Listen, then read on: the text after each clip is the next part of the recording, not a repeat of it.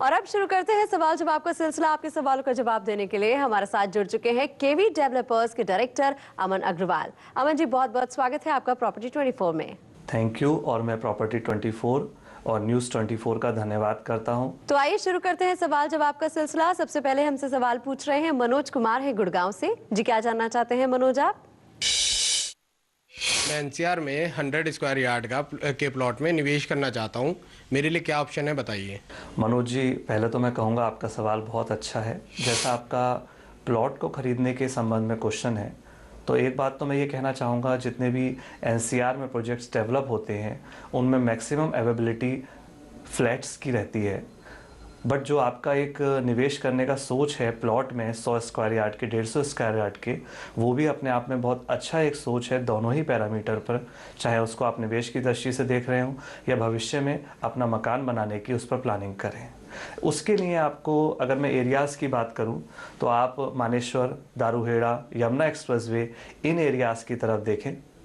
इन areas में भी आप डिफरेंट प्रोजेक्ट्स को, डिफरेंट एरियाज़ को डिस्क्रिमिनेट कर सकते हैं डिपेंडिंग ऑन कि उनको डेवलप होने में कितना समय लगेगा, कितना वहाँ से कनेक्टिविटी उन जगहों की है जिन जगहों का एक ज़रूरत होता है किसी भी पर्टिकुलर एरिया को डेवलप होने के लिए। इसके साथ ही साथ आपको अपना डिसीजन लेते समय मेरे ख्याल से और कुछ बातों का ध्यान रखना चाहिए।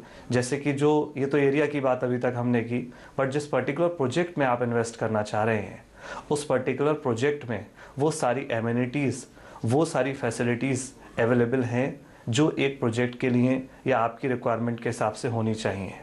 इसकी ज़रूरत आपको दोनों ही मापदंडों पर देखने की है। अगर आप निवेश की दृष्टि से देख रहे हैं तो भी, और अगर फर्दर यूज़ के प्लानिंग से देख रहे हैं तो भी। तो उम्मीद करते हैं मनोज जी आपको अपने सवाल का जवाब मिल गया होगा। अगला सवाल पूछ रहे हैं पंकज रस्तोगी हैं भटिंडा से। जी, क्या जानना चाहते हैं पंकज आप? मैं 3 BHK फ्लैट में इन्वेस्ट करना चाहता हूँ। बेस्ट लोकेशन दिल्ली एनसीआर में बेस्ट लोकेशन बताइए क्या होगी, और 5 से 7 साल में मुझे अच्छा रिटर्न क्या मिल सकता है? पंकज रस्तोगी जी, जहाँ तक दिल्ली एनसीआर में निवेश का सवाल है, पहले आप अपना बजट रेंज अगर फिक्स करें, और अगर हम एज्यूम करें कि आपका बजट रेंज एक 30 लाख से 60 लाख के बीच का है, तो मेरे ख्याल से आपको ग्रेटर नोएडा एरिया में अपना एक चुनाव करना चाहिए। उसके मेरे ख्याल से 2 आपको रीज़न्स हो सकते हैं। एक तो जो आपका क्वेश्चन का सेकंड पार्ट है, रिटर्न, आपको एक 25 से 30% का कंजर्वेटिव साइड पर रिटर्न आप एम्फेसाइज कर सकते हैं। दूसरा, टाइमली, लगभग 2016 और 17 में आप पोजीशन भी लेने की उम्मीद कर सकते हैं। तो इस प्रकार से एक वाइबल इन्वेस्टमेंट वो आपके लिए हो सकता है। तो उम्मीद करते हैं कि पंकज जी आपको अपने बेहतरीन ऑप्शंस मिल गए होंगे। अगला सवाल हमसे पूछ रही है वंदना सिंह है मुंबई से। जी, क्या जानना चाहती हैं वंदना आप? ग्रेटर नोएडा वेस्ट में या यमुना एक्सप्रेस में 2 BHK फ्लैट खरीदना चाह रही हूँ, बट डिसाइड नहीं कर पा रही हूँ कि कौन सी लोकेशन बेस्ट है। वंदना जी, पहले तो आपका क्वेश्चन बहुत अच्छा लगा मुझे। इन दोनों एरियाज़ में हमें कुछ चीज़ों को समझने की ज़रूरत है।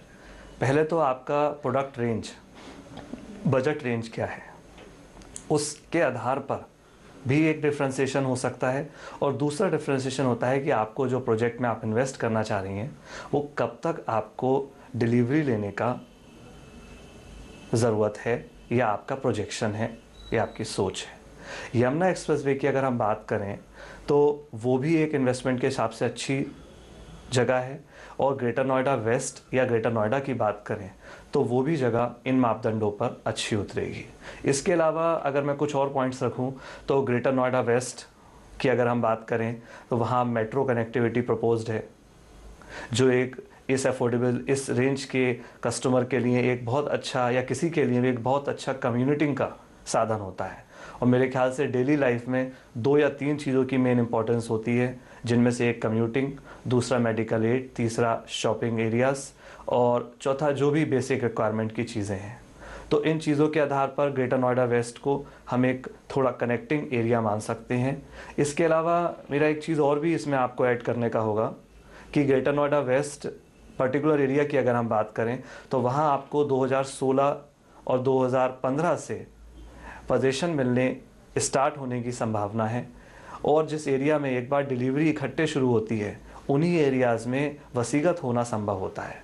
तो वंदना जी, उम्मीद करते हैं कि आपको अपने सवाल का जवाब मिल गया होगा। एक ईमेल हमें भेजा है, संजना पटेल हैं अहमदाबाद से। ये जानना चाहती हैं, मेरा बेटा नोएडा से MBA कर रहा है, उसके लिए मैं नोएडा या ग्रेटर नोएडा में एक स्टूडियो अपार्टमेंट खरीदना चाहती हूँ। किस रेंज में मिल जाएगा इनको स्टूडियो अपार्टमेंट?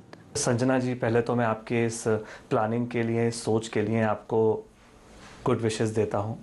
जहाँ तक स्टूडियो अपार्टमेंट का सवाल है, उसकी रेंज 15 लाख से और 13 लाख से शुरू होकर 25 लाख तक की रेंज में वेरी करती है।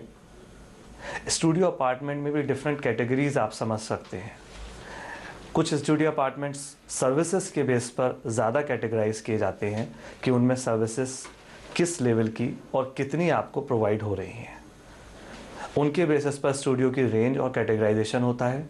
दूसरा और मेन पॉइंट लोकेशन का रहता है, एंड डेफिनेटली तीसरा क्वालिटी ऑफ प्रोडक्ट का।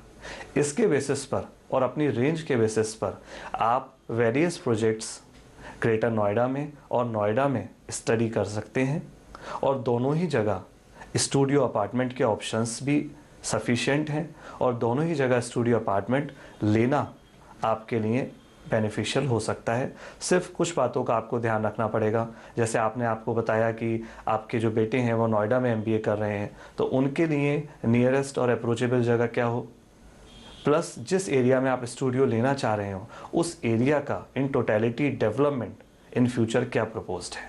और एक और ईमेल हमें भेजा है, रोहित सक्सेना है पटना से। ये जानना चाहते हैं, इन्वेस्टमेंट के लिहाज से एक 3 BHK घर NCR में ये बुक कराना चाहते हैं, लेकिन कहीं इन्होंने पढ़ा है कि रियल स्टेट रेगुलेशन आने के बाद घर खरीदना फायदेमंद रहेगा। क्या रेगुलेशन का इंतजार ये करें या फिर घर बुक करा लें? रोहित जी, आपका सवाल बहुत स्वाभाविक और इंटरेस्टिंग है। सभी लोगों का कहना है कि आज के डेट में निवेश एक अच्छा डिसीजन है for short term gains also, long term gain also, and also for consumer point of view. अब रही बात रेगुलेशन से संबंधित, आज अगर आप उस डिसीजन पर जाते हैं या आज से पहले जाते थे या रेगुलेशन के बाद भी जाएंगे, तो मेरे ख्याल से आपका इंडिविजुअल का एक जिम्मेदारी है कि जिस प्रोजेक्ट में आप इन्वेस्ट कर रहे हैं उस प्रोजेक्ट से जुड़े हुए लोगों का, उस प्रोजेक्ट से जुड़ी हुई कंपनी का कमिटमेंट लेवल, जितने भी प्रोजेक्ट के माइलस्टोन्स अभी तक उन्होंने रखे हों, उनके पूरे होने की एफिशिएंसी, उनके फर्दर प्रोजेक्शंस का आपको बखूबी जायज़ा लेना चाहिए, as a consumer also, as an investor also.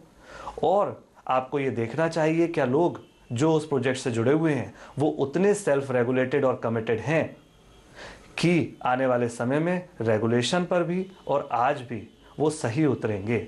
तो आपका आज का अपॉर्चुनिटी जो आपको निवेश करने से मिल सकता है वो भी लूज नहीं होगा।